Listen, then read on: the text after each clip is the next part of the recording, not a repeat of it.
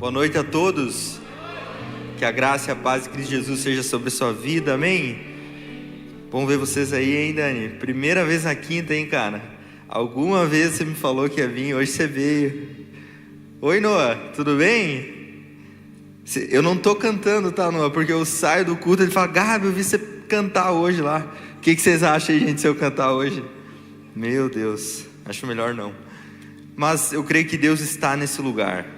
Amém? Quantos podem sentir a presença de Deus nesse lugar?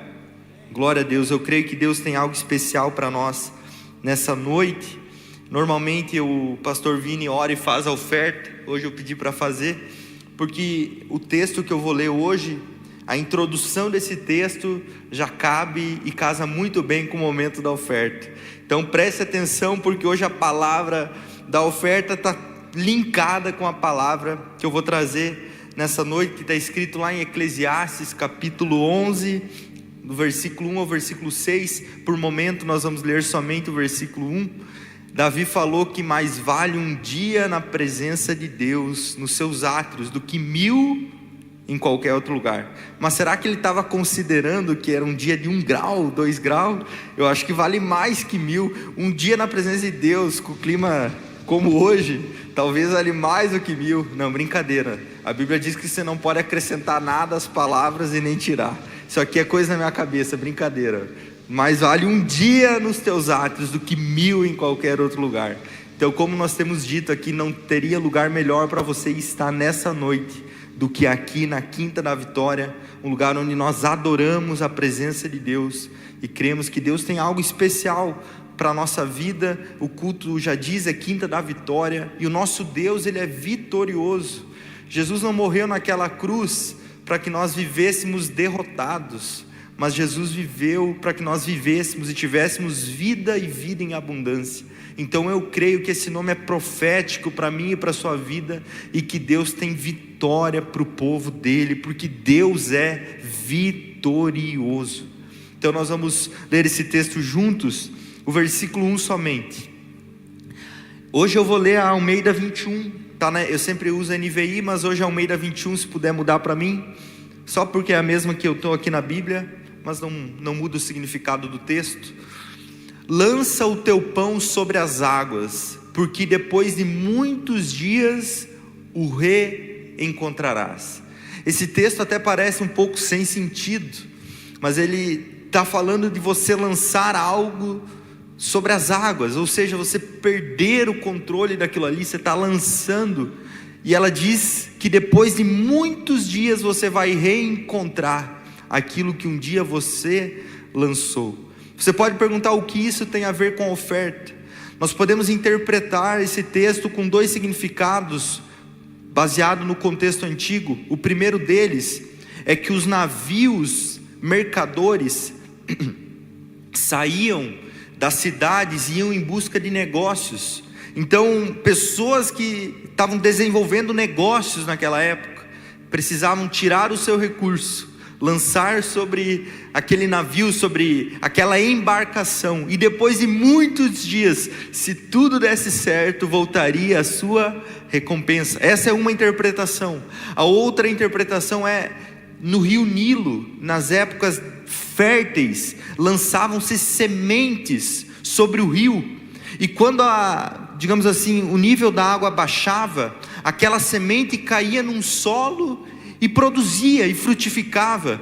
E aqui Salomão, o homem dito pela Bíblia mais sábio, no livro de Eclesiastes, onde é a sua reflexão sobre a vida, todo o livro de Eclesiastes é Salomão refletindo sobre a vida, e ele fala aqui logo no penúltimo capítulo do livro: lança o teu pão sobre as águas, porque depois de muitos dias o reencontrarás. Quantas vezes eu encontrei sementes que um dia eu lancei? Porque a semente que você tem na sua mão hoje, ela pode sair do seu bolso, mas ela não sai de você. Aquilo que você semeia pode sair do seu controle, mas não sai de você, porque um dia tudo aquilo que fizemos, tudo aquilo que semeamos, tudo aquilo que lançamos, nós vamos encontrar. aquilo que vamos encontrar no dia de amanhã é o que temos semeado no dia de hoje. Por isso que eu gostaria de pedir para fazer esse momento na oferta, porque muitas vezes nós preferimos ter o controle das coisas, mas no momento da oferta é uma oportunidade que nós temos, com aquilo que Deus já deu no nosso bolso, de você tirar do bolso aquilo que Deus te deu, que está no seu controle, e você lançar no solo de Deus, aonde você não tem controle, e você está declarando que Deus, eu creio que sobre as minhas finanças, o Senhor é melhor administrador do que eu. O Senhor tem mais controle do que eu, o Senhor é mais fiel do que eu, o Senhor é mais poderoso do que eu. Por isso eu tenho fé o suficiente para tirar aquilo que o Senhor me deu e lançar sobre as águas. E um dia, pela vontade, pela misericórdia e graça do Senhor, eu vou reencontrar as sementes que um dia eu semei. A palavra de Deus não falha. E a Bíblia diz: de Deus não se zomba, tudo aquilo que o homem semear, isso também colherá.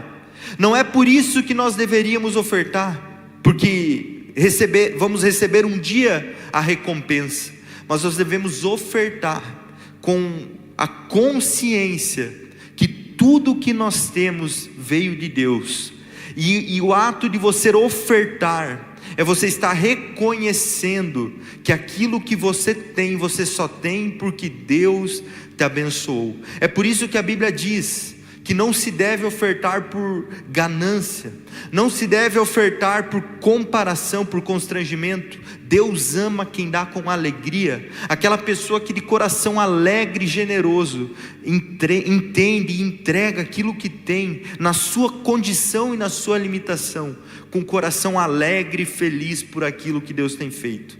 Por isso eu gostaria de convidar você nesse momento a separar seu dízimo, separar sua oferta, e com muita alegria no seu coração, ao som desse louvor, você sair do seu lugar e trazer a sua semente aqui sobre as águas, e um dia você vai reencontrar aquilo que você tem lançado. Mesmo que você for participar através do Pix, traga o envelope vazio de forma profética aqui no altar do Senhor.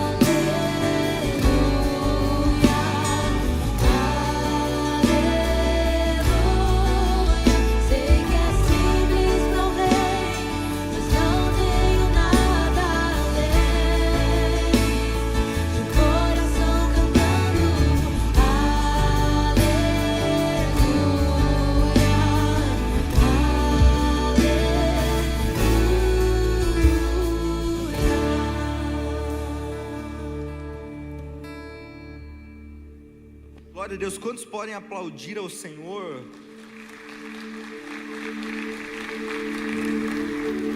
Coloca uma mão no seu coração, a outra você estende para cá. Senhor Jesus, com uma mão no nosso coração, representando a nossa vida, tudo que somos e tudo que temos, nós reconhecemos, Pai, que o Senhor é o Deus da nossa história, que o Senhor tem nos abençoado, que o Senhor tem nos dado sustento, Pai, a provisão, o alimento, o cuidado, as vestimentas, Pai, um teto. Obrigado, Jesus. Como já foi falado aqui nessa noite, Pai, nós te agradecemos por tudo que o Senhor tem feito em nossa vida, e sabemos, Pai, que é o Senhor que dá semente ao semeador e pão para quem tem fome, Pai. Por isso, sobre a tua igreja, Pai, que o Senhor possa multiplicar os recursos na vida dos teus filhos, Pai, que cada pessoa aqui possa ser uma pessoa abençoadora, ela possa ter sempre na sua vida para ajudar, para abençoar, para ofertar, para ser resposta de Deus na vida de alguém. E com as mãos estendidas para cá oramos, Pai, por cada recurso aqui depositado, Pai, que sejam tratados com santidade, com seriedade, que o Senhor, Pai, possa multiplicar esses recursos, que eles possam ser usados para o avanço do reino de Deus. Apresentamos cada projeto que temos como igreja, Pai, que o Senhor possa estar indo à frente, Pai, mandando os recursos, e que o Teu nome seja glorificado e vidas sejam alcançadas através desses recursos. É o que nós oramos e te agradecemos no nome de Jesus. E a igreja diz: glória a Deus. Quantos estão felizes? Ao Senhor. Você está feliz aí nessa noite? Amém? Vocês estão desejosos pela palavra do Senhor? Amém ou não amém? Então vamos lá, Eclesiastes capítulo 11, vamos continuar a leitura, vamos ler o 1 de novo e vamos ler até o versículo 6. Lança o teu pão sobre as águas, porque depois de muitos dias o reencontrarás. Reparte o que tens com 7 e até com 8, porque não sabe que mal cairá sobre a terra. Quando as nuvens estão cheias de água, derramam-na sobre a terra, quer uma árvore caia para o sul, quer para o norte, no lugar em que a árvore cair, ali ficará. Quem observa o vento não semeará, e o que olha para as nuvens não colherá. Assim como não sabes o caminho do vento, nem como se formam os ossos no ventre da que está grávida, assim também não compreendes as obras de Deus, que faz todas as coisas. Planta tua semente pela manhã, e não detenhas a tua mão à tarde, pois não sabes qual das duas crescerá, se esta ou aquela, ou se as duas serão igualmente boas. O título da mensagem de hoje, né?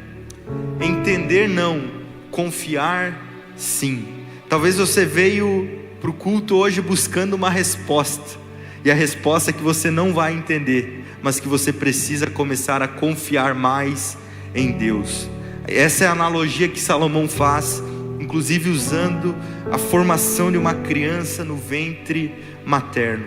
Salomão escreveu Provérbios, que é o livro da sabedoria, escreveu analisando a vida, e também escreveu Eclesiastes ao analisar a vida. Mas ele nesse momento estava em crise com aquilo que ele estava vivendo. E ele então começa a observar tudo o que acontece na vida, e ele escreve o livro de Eclesiastes. E nesse texto e em todo o livro de Eclesiastes, você encontra mais dúvidas do que respostas.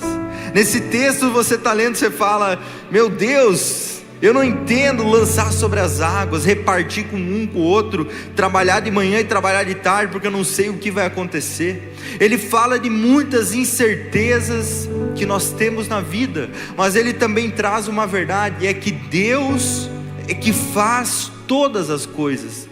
E essa é uma verdade presente nas Escrituras.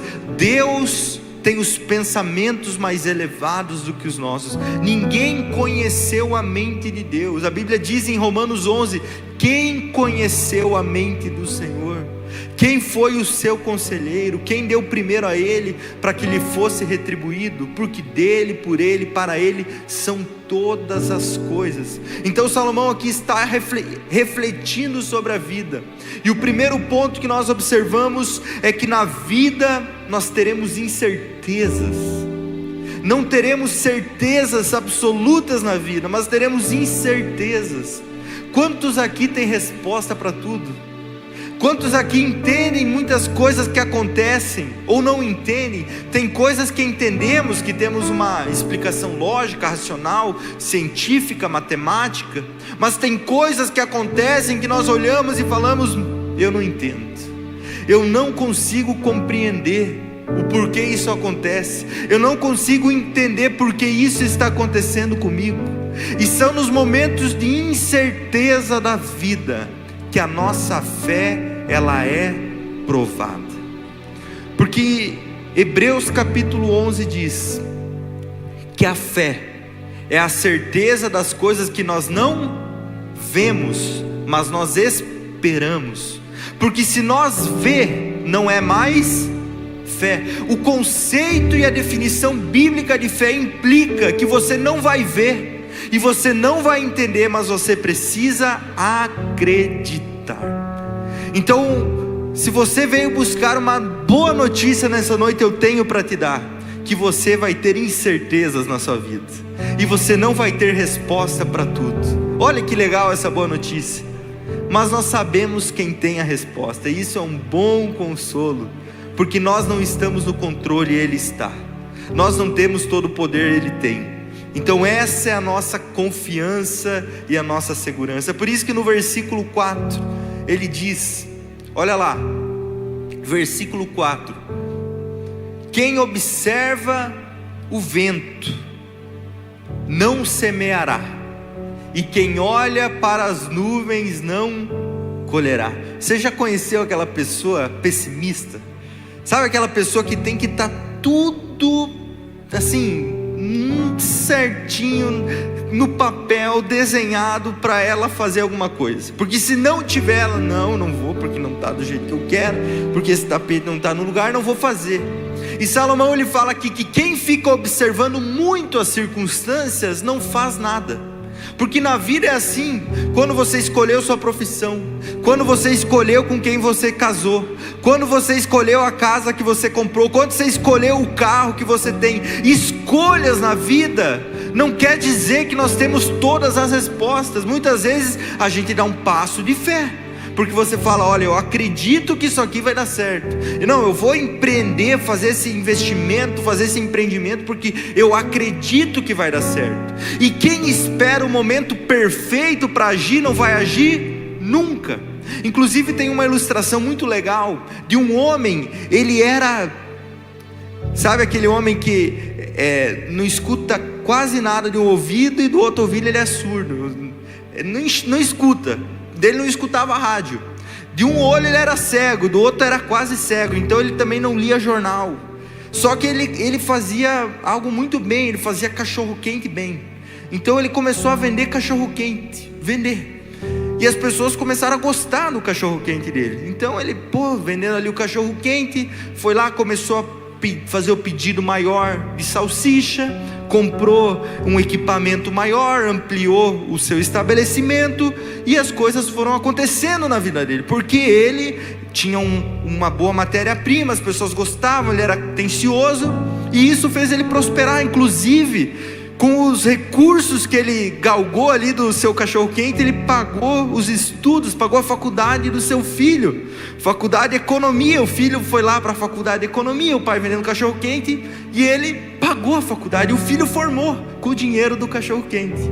Aí o filho formado, muito estudioso, muito inteligente, só que ele era um pessimista.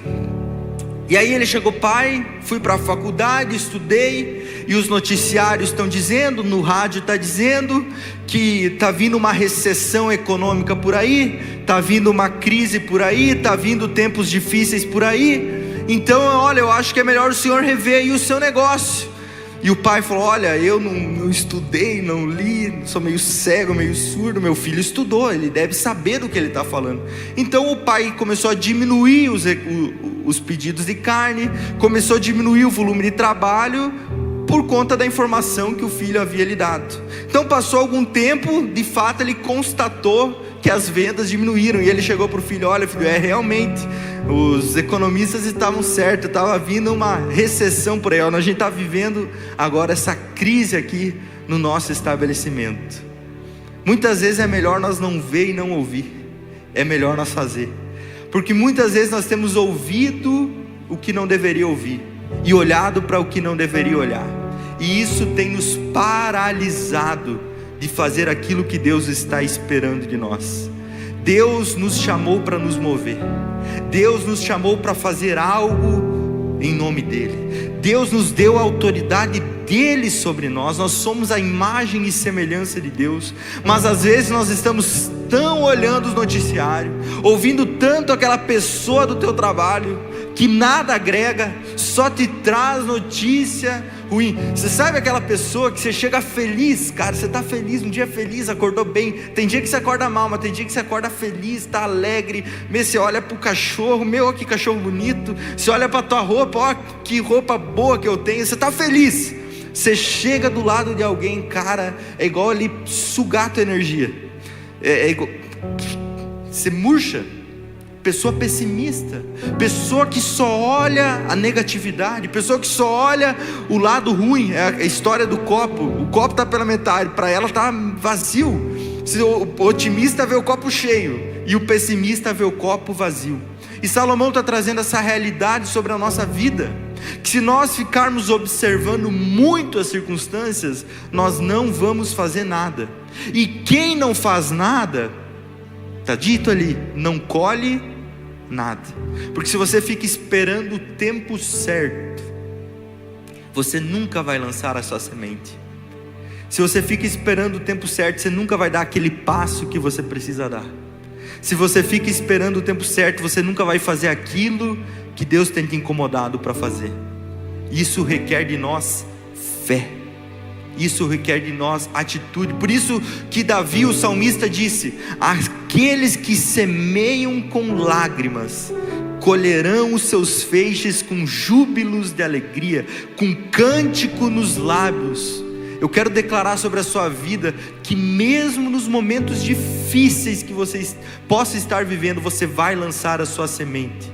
E mesmo que com lágrimas você tenha lançado, você vai colher com júbilos de alegria. Porque Deus, Ele é fiel, Ele não permite que a palavra dEle, as atitudes que você tem feito voltem vazias. As sementes que você tem lançado retornem vazia. Deus é fiel. E tudo aquilo que o homem semeia, ele colhe. Por isso, não deixe que as circunstâncias parem você. Não deixe que as incertezas da vida parem você. Porque o teu Deus é poderoso. O teu Deus, Ele guarda a tua entrada e a tua saída. Mesmo você não estando vendo, Deus é quem sustenta a nossa casa. Jesus deu o segredo em Mateus capítulo 6. Buscai, pois, em primeiro lugar o reino de Deus, a sua justiça, e todas essas coisas vos serão acrescentadas. Busca aquilo que Deus tem para você. Busca o reino de Deus na sua vida, e você vai ver Deus acrescentando aquilo que falta na sua história. Porque quando observamos e vamos fazer com a força do braço, precisamos sustentar. Mas quando vamos debaixo da palavra de Deus, aí nós podemos ter a confirmação e a certeza que Ele vai garantir o resultado. Tipo Pedro, pescou a noite toda e não pegou nada. Ele era pescador profissional. Ele entendia daquilo que ele fazia. E por mais que ele tinha técnica, habilidade, não era dia de pesca. Então ele volta desanimado. E Jesus fala: olha, lança a rede para o lado.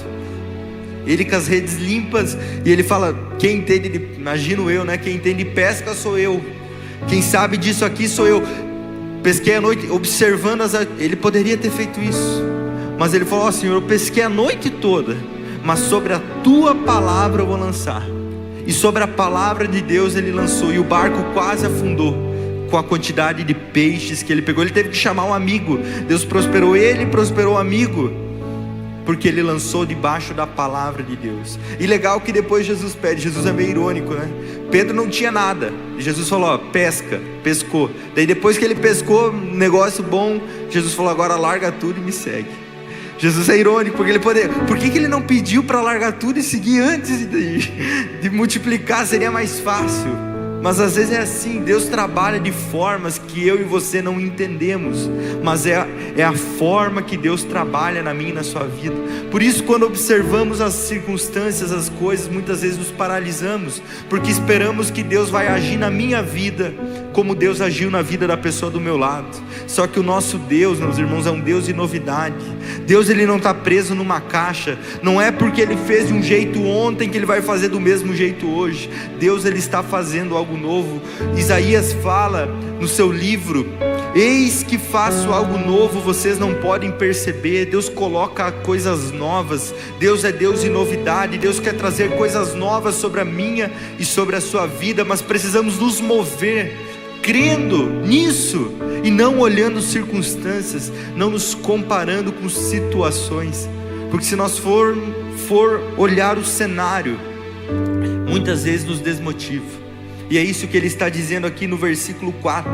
E aí ele vai para o versículo 5, que para mim é o versículo cerne desta mensagem, que é inclusive aquele que tem a imagem aqui da criança. O versículo 5 diz: assim como você não sabe o caminho do vento, o vento sopra, você não sabe o caminho dele, nem como se formam os ossos no ventre da que está grávida, assim também não compreende as obras de Deus que faz todas as coisas. Esse texto me chama muito a atenção, porque eu pude vivenciar isso. Eu acho que até o motivo que Deus me incomodou para trazer essa palavra aqui, eu passei 9 meses vendo a barriga da minha esposa crescer. Na verdade, 40 semanas é 10 meses, né?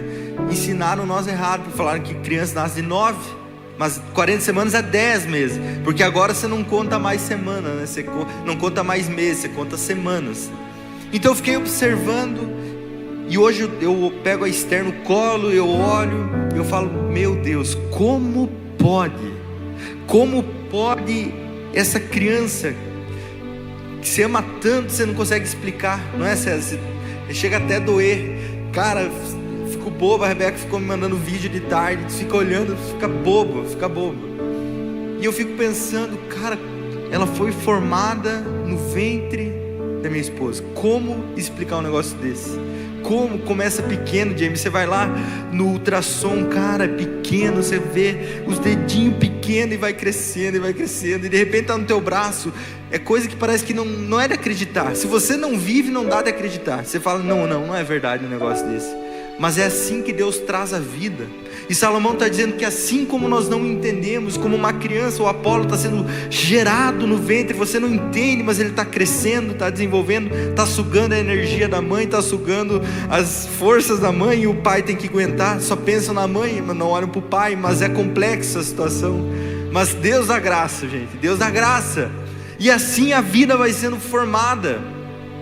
E nós não entendemos, e Salomão fala que assim como não entendemos isso, nós não entendemos as obras de Deus, que fez todas as coisas. Meus irmãos, muitas vezes nós estamos desanimados, frustrados, decepcionados, porque estamos tentando entender aquilo que não tem como entender. Como entender a mente do Deus Criador? Como entender os caminhos do Deus Todo-Poderoso? Como entender os intentos do Deus que te criou no ventre da tua mãe, do Deus que te conhecia mesmo antes de você se entender por gente? Você nem tinha consciência e Deus já te conhecia e já sabia todos os seus dias, e Ele sabe até o final deles. Esse Deus é o que te criou, que te formou no ventre. Esse é o teu Deus. E muitas vezes nós estamos vivendo querendo entender. Não, eu quero entender porque isso acontece comigo. Eu quero entender porque essa circunstância está acontecendo. Será que a gente foi chamado para entender? Será? Será? Ou será que devemos confiar em Deus? Porque tem coisas que, se Deus nos contar, meus irmãos, a gente não tem capacidade para suportar aquilo ali, para digerir. Será que se Deus te falasse que aquela pessoa ia te trair, você ia ir por aquele caminho? Será que se Deus te falasse que aquela dor ia bater na tua porta, você mesmo assim iria por aquele caminho? Nós precisamos confiar. José foi assim. José não sabia o que lhe esperava, mas ele confiou em Deus. Ele creu que aquilo que ele estava vivendo tinha um propósito de Deus, porque a Bíblia diz também em Romanos 8:28, é Deus que faz com que todas as coisas, tudo o que aconteceu na sua vida, coopere para o seu bem, daqueles que amam a Deus, que são chamados de acordo com o seu propósito. Deus é tão poderoso, mas tão poderoso, mas tão poderoso, que Ele pega tudo o que aconteceu na sua história, coisas ruins, coisas boas, decisões certas, decisões erradas. Deus, Ele pega tudo isso como se fosse um barro, e Ele transforma em algo bom. Deus faz com que todas as coisas cooperem para o teu bem. Por isso nessa noite, descanse. Por isso nessa noite, confie. Por isso nessa noite, creia que Deus está guardando a sua vida.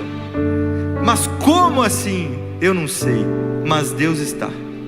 Eu não entendo, mas eu confio. Eu não tenho resposta, mas eu vou igual, porque eu creio que é Deus. Essa é a jornada do cristão. Nós somos chamados para viver algo que não entendemos. Pelo contrário, Jesus falou: quem quiser salvar a sua vida, perdê-la. Mas quem perder a sua vida, olha a proposta de Jesus, é contra-intuitivo, perde a sua vida por amor a mim, e aí você vai achar a sua vida. Toma sobre você o meu jugo, diminui que você vai crescer, dá que você vai receber, ama que você vai ser amado, seja misericordioso, você vai receber misericórdia, perdoa e você será perdoado. Confiança, meus irmãos, nós precisamos confiar nessa palavra e naquilo que Jesus tem falado sobre a nossa vida, porque enquanto estamos tentando fazer a matemática, a conta não fecha. Mas quando colocamos Jesus na equação, você começa a viver coisas que antes você não explicava. Você não compreende o caminho do vento, mas você serve o Deus que dá comando para o vento. Você serve o Deus que dá comando para a tempestade. Jesus dormia no barco e a tempestade se instaurou. Os discípulos acharam que iam morrer. Jesus estava dormindo, porque às vezes é assim, parece que Ele está dormindo na nossa vida, parece que a oração não chega no céu, o Senhor não está ouvindo minha oração, parece que o Senhor não está vendo o que eu estou passando, essa tempestade, até o momento que Jesus decide acordar e fala: acalma-te, e a tempestade cessa. E aí você vai dizer: quem é esse que até a tempestade e os ventos lhe obedecem? Você vai poder testificar: quem é esse que nessa circunstância na minha vida que não tinha mais jeito, bastou uma palavra do Senhor para a circunstância ser transformada. O Deus que criou o mundo pelo poder da sua palavra, Ele tem a nossa vida no controle das suas mãos. A nossa vida não tem melhor lugar para estar do que nas mãos do Deus Criador, do Deus Todo-Poderoso. Por isso que o chamado de Deus nessa noite para nós é que nós possamos confiar nele e ter esperança, assim como Pedro andou sobre as águas. Ele viu o vento, viu a tempestade, mas ele decidiu se mover. A mulher do fluxo de sangue já tinha tentado tudo, mas ela decidiu fazer algo diferente. Não deixe a circunstância na sua vida paralisar você, pelo contrário, espera em Deus. Isso vai exercitar a nossa fé. Vamos ler Isaías 55, 8 e 9. Isaías 55, 8 e 9. Porque os meus pensamentos, olha o que Deus fala, os pensamentos de quem? Dele, não são os seus pensamentos. O que você pensa aí na sua cabeça não é o que Deus pensa. O pensamento dele como que é? Os seus caminhos também não são os caminhos de Deus, diz o Senhor. Agora ele vai dizer como é que é a circunstância e a situação. Porque assim como o céu é mais alto do que a terra, os meus caminhos são mais altos do que os vossos caminhos, e os meus pensamentos mais altos que os vossos pensamentos. É nível de confiança, porque aquilo que Deus pensa e aquilo que Deus faz está num nível muito mais elevado do que um dia nós vamos poder entender e compreender. Assim como, vamos pensar aqui, quem é médico aqui? Tem algum médico aqui? Tem? Tem? Não? Acho que não. Eletricista? Tem? Fala a sua profissão aí, todo mundo no 3. 1, 2, 3. Advogado. Quem é advogado? Levanta a mão. Tá. Só lá atrás também tem. Então vamos pensar que você é advogado. Então você representa pessoas em situações, circunstâncias da vida. Agora você pensa uma pessoa está passando por uma situação, um processo, algo nesse sentido, mas é uma pessoa leiga no assunto. Se você for tentar explicar tudo para aquela pessoa vai entrar em parafuso, não vai entender. O que você vai pedir para ela é o seguinte: olha, confia que eu vou fazer o trabalho. A pessoa vai ter que confiar na pessoa, porque se ela for tentar entender, ela não vai. Como um pai, muitas vezes, para uma criança, até tem uma história, eu não lembro muito bem, mas era, a criança mordeu a maçã no carro, no banco de trás, e o pai dirigindo, e não comeu mais. E você sabe, quando você morde a maçã, dá um tempo, ela fica escura. E ela pediu: pai, por que essa maçã está escura? Veja bem, meu filho, é por causa da oxidação das moléculas do ar que estão em contato com a fruta. Daí a criança respondeu: pai, você está falando comigo? Não entendeu nada.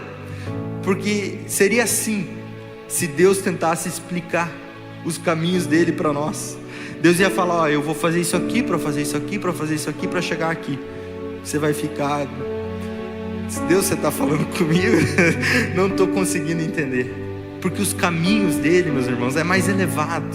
Os pensamentos são mais elevados. Só que a Bíblia diz que não chegou no coração do homem, olho não viu, ouvido não ouviu o que Deus tem preparado para aqueles que o amam. A Bíblia diz em Jeremias 29:11: eu sei os planos que eu tenho a vosso respeito, planos de vos dar uma esperança e um futuro, um fim do qual vocês desejam.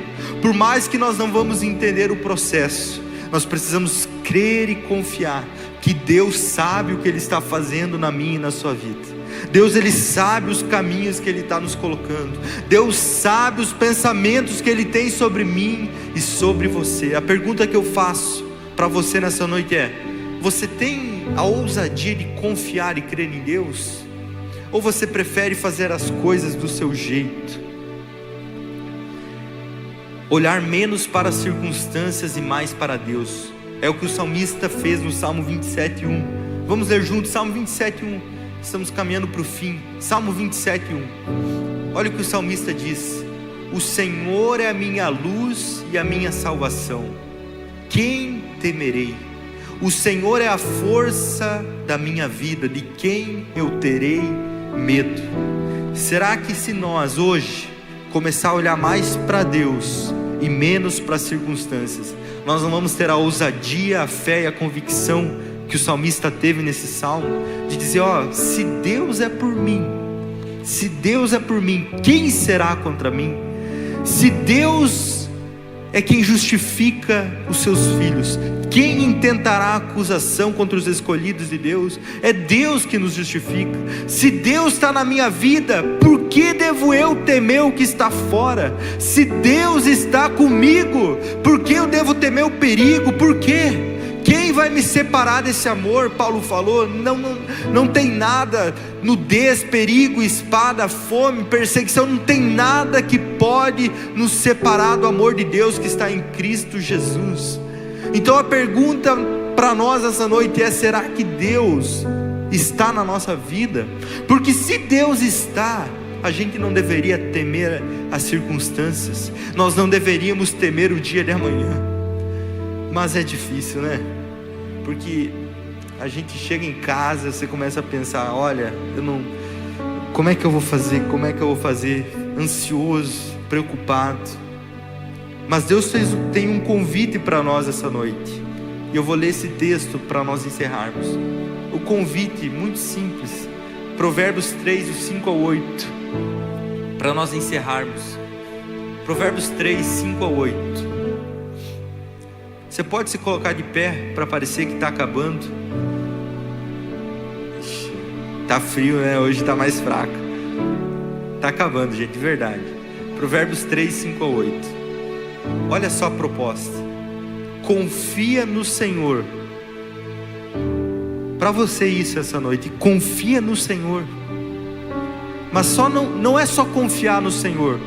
Confia no Senhor de todo o coração, sabe, sem reservas, sem medidas, de todo o coração. Confia. Senhor, eu confio no Senhor. No homem eu tenho dificuldade de confiar, em mim mesmo também às vezes eu falho, mas no Senhor eu confio de todo o meu coração, e não no seu próprio entendimento. Nosso entendimento muitas vezes nos trai, nós falhamos, mas Deus é fiel. Reconhece o Senhor nos teus caminhos, e Ele endireitará as tuas veredas. Fala para o Senhor o que você está vivendo. Senhor, minha vida está assim, assim e assim. Eu quero o Senhor na minha vida, eu quero. Entra na minha história, entra no meu caminhar. E a Bíblia diz que Ele vai endireitar as tuas veredas. Não seja sábio a teus próprios olhos, busca a sabedoria do alto. Tiago fala, é pura, é pacífica, é amável, tem bom valor aquilo que Deus pensa a respeito de você. A sabedoria do alto, que não pode ser recebida por homens, mas ela é dada por Deus. Tiago fala, peçam, vocês que têm falta de sabedoria, peçam a Deus, que a todos dá gratuitamente, sem medidas. Não seja sábio a teus próprios olhos, tema ao Senhor e desvia-te do mal. Isso te trará saúde ao corpo e vigor aos ossos. Se você chegou cansado, desanimado, essa palavra é para te dar ânimo, é para te encorajar. A Bíblia diz que quem espera no Senhor renova as suas forças. Diz que o jovem corre e se cansa, o maratonista corre e se cansa, até ele. Mas quem espera no Senhor, dia após dia, renova as suas forças, caminha e não se cansa, corre e não se cansa, voa com asas como águia. Você vai voar sobre a tempestade. A Bíblia diz, não é palavra minha, você vai correr e não vai se cansar, porque você está esperando em Deus. A tua causa está nas mãos de Deus, a tua vida está nas mãos de Deus. Por isso eu convido você nesse momento, coloca as suas mãos para frente, simbolizando que você está entregando ao Senhor a sua história, a sua vida, as suas preocupações, as suas ansiedades. Entrega hoje aquilo que você não entende, entrega hoje para Deus. O seu coração, entrega hoje para Deus. Senhor Jesus, está aqui a tua igreja. O Senhor, Pai, nesse momento agora está sondando cada coração. O Senhor conhece cada história, Pai. O Senhor conhece cada dúvida, cada angústia, Pai, cada decepção, aquilo que essas pessoas viveram, traumas, Pai, vitórias. O Senhor conhece toda a história. Por isso recebe nesse momento, Senhor, a nossa vida. Recebe, Senhor, a nossa história, Jesus. Oh Deus, nós reconhecemos o Senhor na nossa vida. Nós reconhecemos a tua presença, Pai. Nós não vamos, Pai, confiar e depender da nossa sabedoria, do nosso entendimento, mas nós dependemos de ti nessa noite, Jesus. Eu oro, Pai, conforme está escrito na tua palavra, renova a força sobre os teus filhos. Pessoas que entraram aqui cansadas, pessoas que entraram aqui, Pai, a ponto de desistir da vida, renova as forças hoje, dá ânimo, alegria de viver, Pai. A Bíblia diz que a alegria do Senhor é a nossa força. Que as pessoas aqui hoje sejam renovadas, fortalecidas, vivificadas pelo poder do Espírito Santo, que está aqui nesse lugar. Sonda, entra em cada casa, entra em cada circunstância, Pai. Cada, Pai, pessoa que está numa campanha de 7 quintas-feiras apresentando algo ao Senhor, Pai, um propósito, uma pessoa, uma situação que ela não tem o controle, mas nós vimos hoje que o Senhor está sobre a tempestade, que os pensamentos do Senhor são mais elevados, que o Senhor tem os seus caminhos de uma forma que não entendemos, Pai. Então, Pai, dá descanso para cada pessoa aqui nessa noite, na certeza, convicção, firmeza, Pai. Nós estamos convictos que o Senhor está na nossa história, que o Senhor está nessa circunstância, e que um dia, Pai, um dia nós iremos olhar para tudo que vivemos, iremos declarar: valeu a pena esperar em Ti, valeu a pena confiar no Senhor. A Bíblia diz que Deus é fiel, Deus não é homem para que minta, nem filho do homem para que se arrependa, mas Deus é fiel, e aquilo que o Senhor deseja fazer, o Senhor vai fazer. Aquele que começou é fiel para completar a obra na vida dos Teus filhos e na minha vida, Pai. Por isso, Pai, nessa oração, nós descansamos em Ti, nós encontramos, Pai, alívio na certeza que enquanto dormimos, o Senhor está cuidando de nós. Enquanto estamos longe, Pai, da nossa casa, o Senhor está lá, na nossa casa, Pai, cuidando da nossa família. Quando estamos, Pai, trabalhando, Pai, o Senhor está dando sustento. Se não for o Senhor, Jesus, se não for o Senhor, nós não somos nada, Pai. Nós precisamos de Ti. Essa é a nossa oração nessa noite. Nós precisamos de Ti e apresentamos, Pai, tudo o que somos, tudo que leva o nosso nome, Pai. Que a nossa vida sirva para glorificar o Teu nome. É o que nós oramos, no nome poderoso de Jesus. Se você crê e se você concorda com essa oração, você dá um amém bem forte aí no seu lugar, e a sua melhor salva de palmas a Deus.